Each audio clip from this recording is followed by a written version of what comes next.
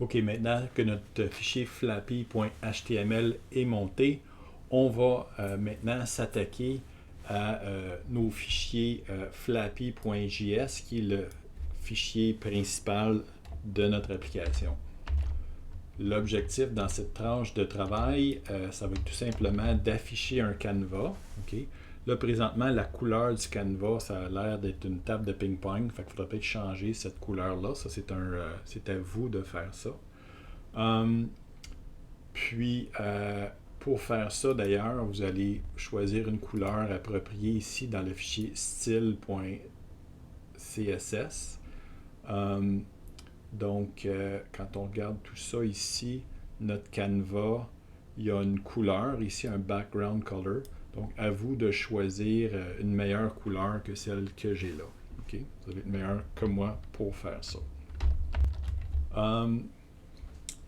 Une fois que vous allez avoir changé la couleur pour avoir quelque chose qui a plus d'allure, qui ressemble plus à un bleu ciel, notre objectif, ça va être d'avoir un carré. Okay? On commencera, je vais vous montrer comment dessiner un oiseau dans une vidéo plus tard, mais pour l'instant, on va se concentrer là, pour faire bouger ce rectangle-là. Donc, grosso modo, notre oiseau va être dessiné à l'intérieur de ce carré-là. Puis notre objectif dans cette tranche de travail-là, c'est tout simplement d'avoir un carré qui tombe et qui s'arrête ici. Okay? Donc, c'est le seul objectif.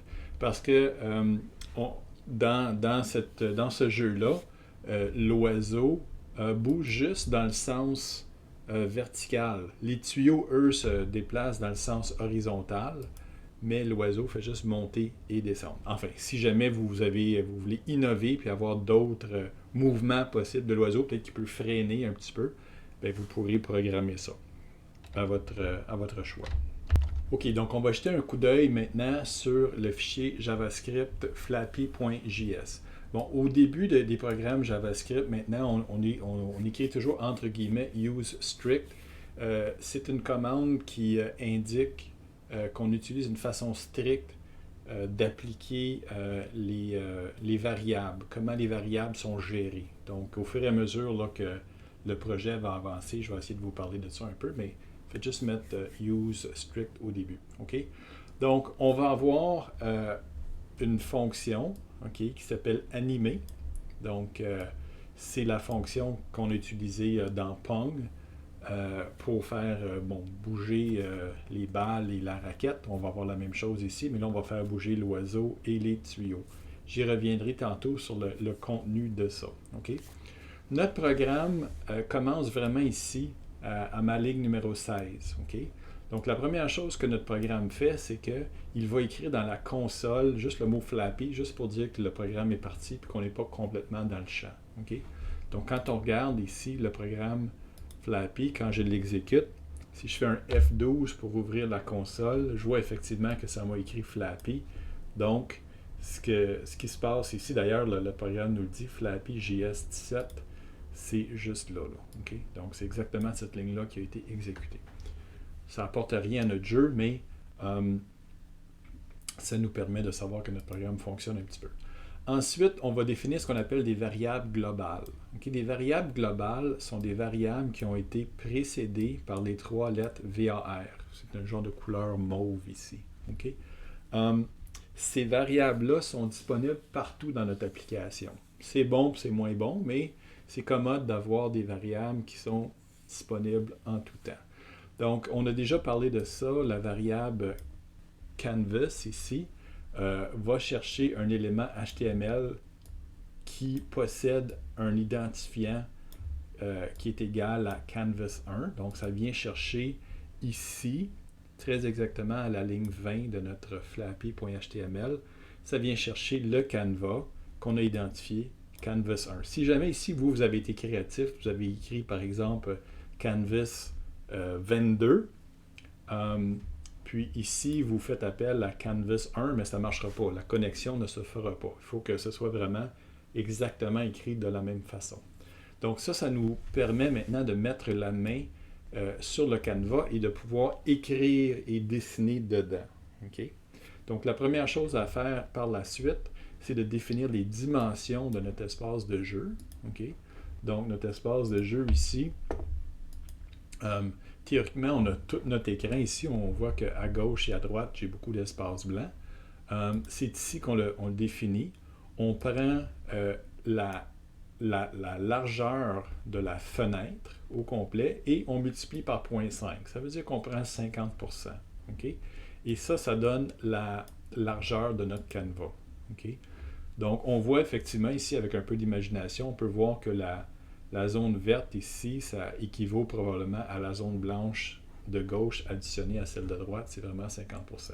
Si on voulait que notre jeu soit plus large, et si ça vous intéresse, si on veut que ça prenne par exemple 75% de la fenêtre, bien, vous pouvez changer ça pour 0,75 ici, puis vous allez avoir un rectangle qui est plus large. Donc, si ça vous intéresse, vous pouvez le faire.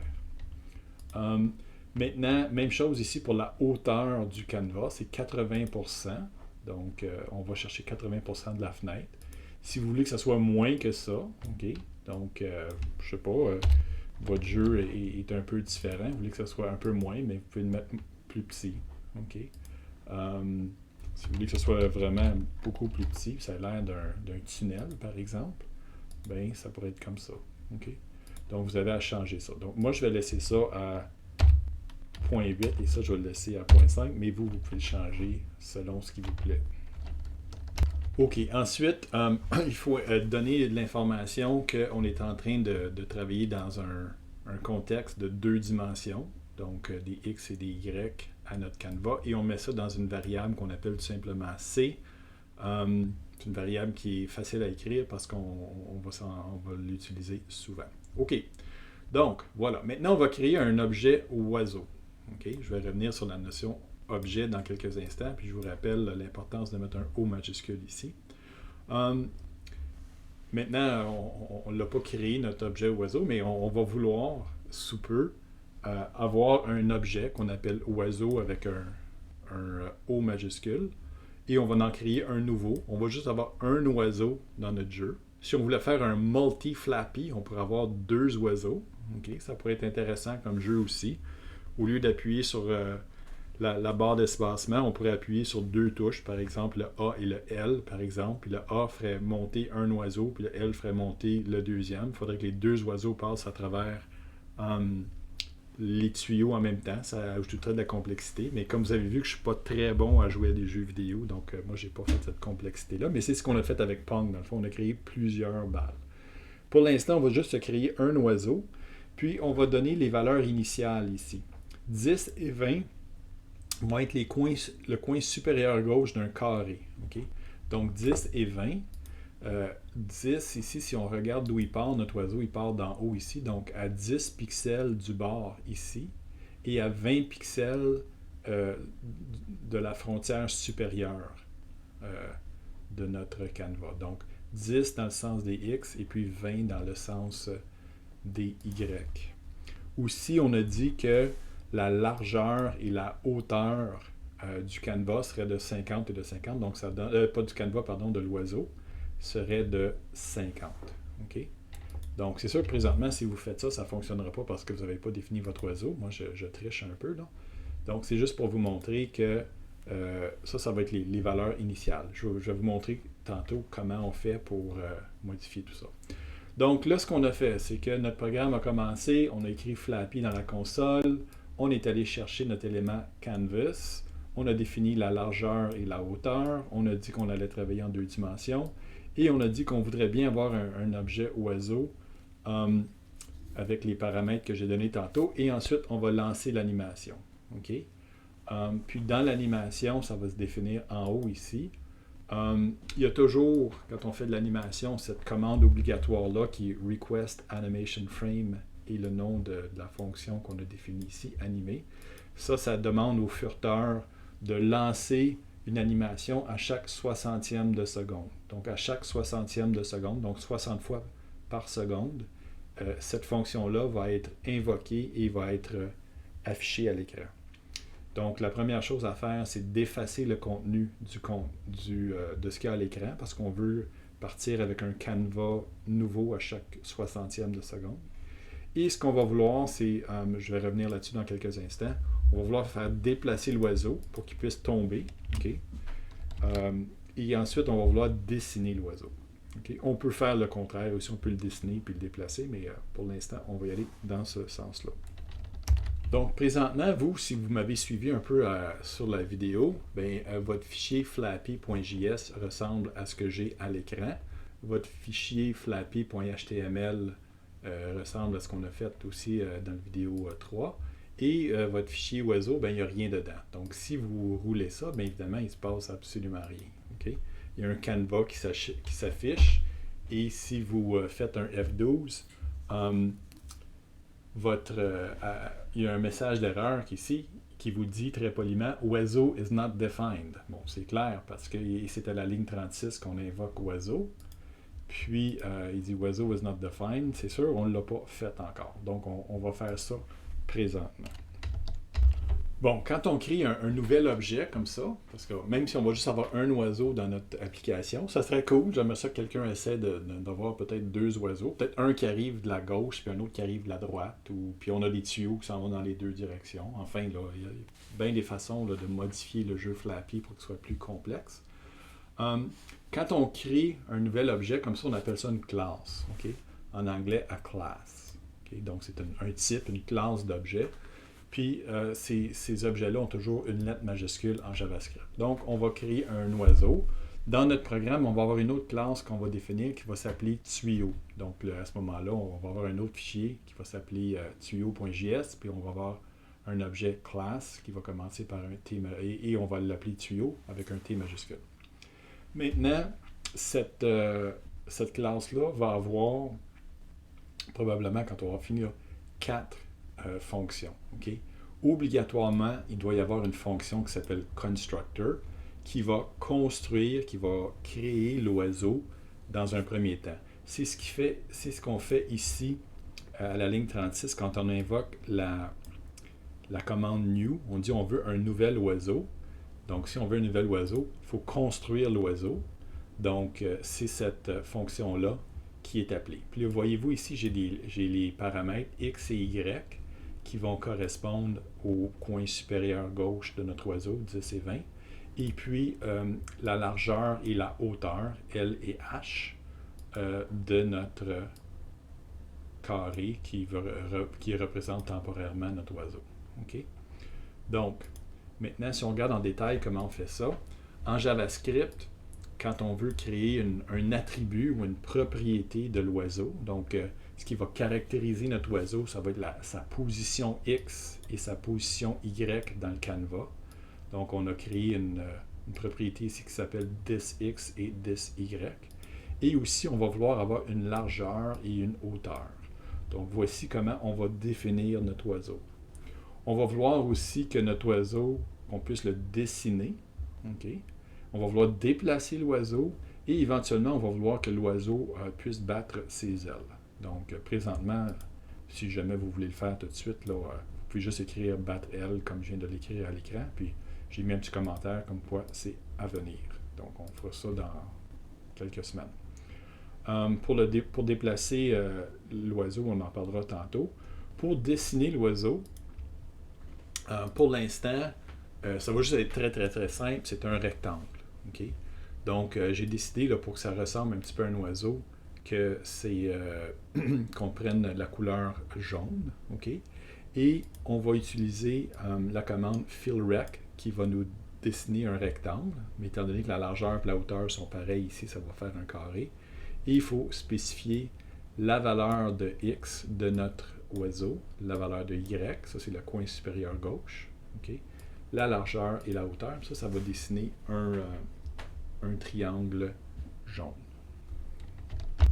Donc si je retourne dans flappy.js, puis je fais juste enlever ici temporairement la commande pour faire déplacer l'oiseau, ce qui devrait arriver tout simplement, c'est qu'on efface notre canevas et on dessine l'oiseau. Donc notre oiseau va tout simplement être immobile dans son ciel.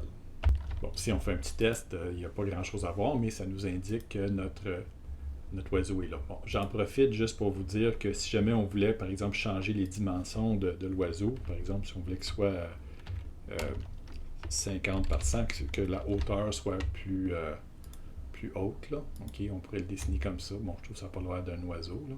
Mais enfin, si l'oiseau que vous dessinez, vous voulez qu'il ait cette allure-là, vous pouvez faire ça. Je vais le remettre à 50. Si vous voulez que votre oiseau commence plus vers la droite, on peut augmenter ça. On peut le mettre par exemple à 100 pixels. Okay. Puis ce qui va arriver, c'est que là, notre oiseau va être un peu plus à droite. Okay. Si vous voulez qu'il commence un petit peu moins haut, un petit peu plus, oui, moins haut ou plus bas, c'est ça. Mais au lieu de le mettre à 100 ici, vous pouvez le mettre peut-être à 150 pixels de la hauteur de la marge supérieure ici, puis votre oiseau va commencer là. Okay? Donc, comme vous voulez, moi je vais le laisser comme c'était tantôt, comme c'était écrit dans mes commentaires, puis vous pourrez le changer comme vous voulez. Dernière chose maintenant, c'est que notre oiseau ne bouge pas. Donc, on veut que l'oiseau bouge un petit peu. Donc, là, on va vouloir faire déplacer l'oiseau. Puis, la fonction déplacer ici va prendre 2 paramètres. Okay? Donc, ça va nous dire de combien de pixels on veut déplacer l'oiseau dans la direction des X et de combien de pixels on veut déplacer l'oiseau dans la direction des Y. Je vous rappelle que en JavaScript, dans un canevas, l'axe des Y est pointé vers le bas. Donc 0, c'est en haut et 800, c'est vers le bas de votre écran. Donc ici, si on veut que notre oiseau tombe, on veut que la valeur de Y ici soit une valeur positive. Donc, si on va voir dans oiseau, dans déplacer, ce qu'on va obtenir, c'est la chose suivante. Okay? Donc, la fonction déplacer va se faire donner la variation en X et la variation en Y qu'on souhaite. Bon, présentement, ce qu'on a dit, c'est que la variation en X, pour l'instant, c'est 0. On ne veut pas que notre oiseau se déplace vers la droite ni vers la gauche. On veut juste que notre oiseau se déplace en bas pour l'instant. Donc, mais peu importe, là, je vais vous montrer comment ça fonctionne dans un instant. Donc, ce qu'on fait, c'est qu'on prend la vieille position, la position actuelle de l'oiseau, et on lui ajoute la variation souhaitée. Donc, si par exemple, dans le cas présent, la variation, ça va être 0. Donc, la position actuelle X plus 0, ça va nous donner encore la position actuelle. Donc, la nouvelle position va être égale à la vieille dans ce cas-ci. Par contre, si la variation Y est égale à 5, bien, on va prendre la position actuelle de l'oiseau, qui est en Y, qui était 20 au départ. On va y ajouter 5, on est rendu à 25. Et on va aller stocker ça à nouveau dans 10.Y. Donc, la nouvelle position Y de l'oiseau, ça va être 25. C'est ce qui fait que quand on va dessiner notre oiseau à nouveau, on va être rendu à 0,25 alors qu'au préalable, on était à 0,20. Donc, allons voir ce que ça donne. Et évidemment, notre oiseau tombe et on se rend compte que ça, c'est un peu insatisfaisant. L'oiseau disparaît en dessous, au-delà du bas de notre canevas. On va arranger ça dans un instant. Okay? Donc, juste pour vous montrer que si on voulait que l'oiseau tombe moins vite, okay, au lieu de faire 5 pixels de déplacement à chaque fois, disons qu'on dit que c'est 2 pixels à chaque fois, on peut sauvegarder ça. Puis là, on va voir que l'oiseau tombe plus lentement. Okay? Vous allez même voir peut-être un peu plus tard, si on veut s'amuser, on peut simuler de la vraie physique et avoir comme un oiseau qui tombe en chute libre. Puis on pourra utiliser une formule de physique que vous allez peut-être utiliser l'an prochain en 5e secondaire. Okay? Si on voulait aussi que notre oiseau se déplace dans la direction des X, lentement par exemple, ça amènerait de la difficulté supplémentaire au jeu.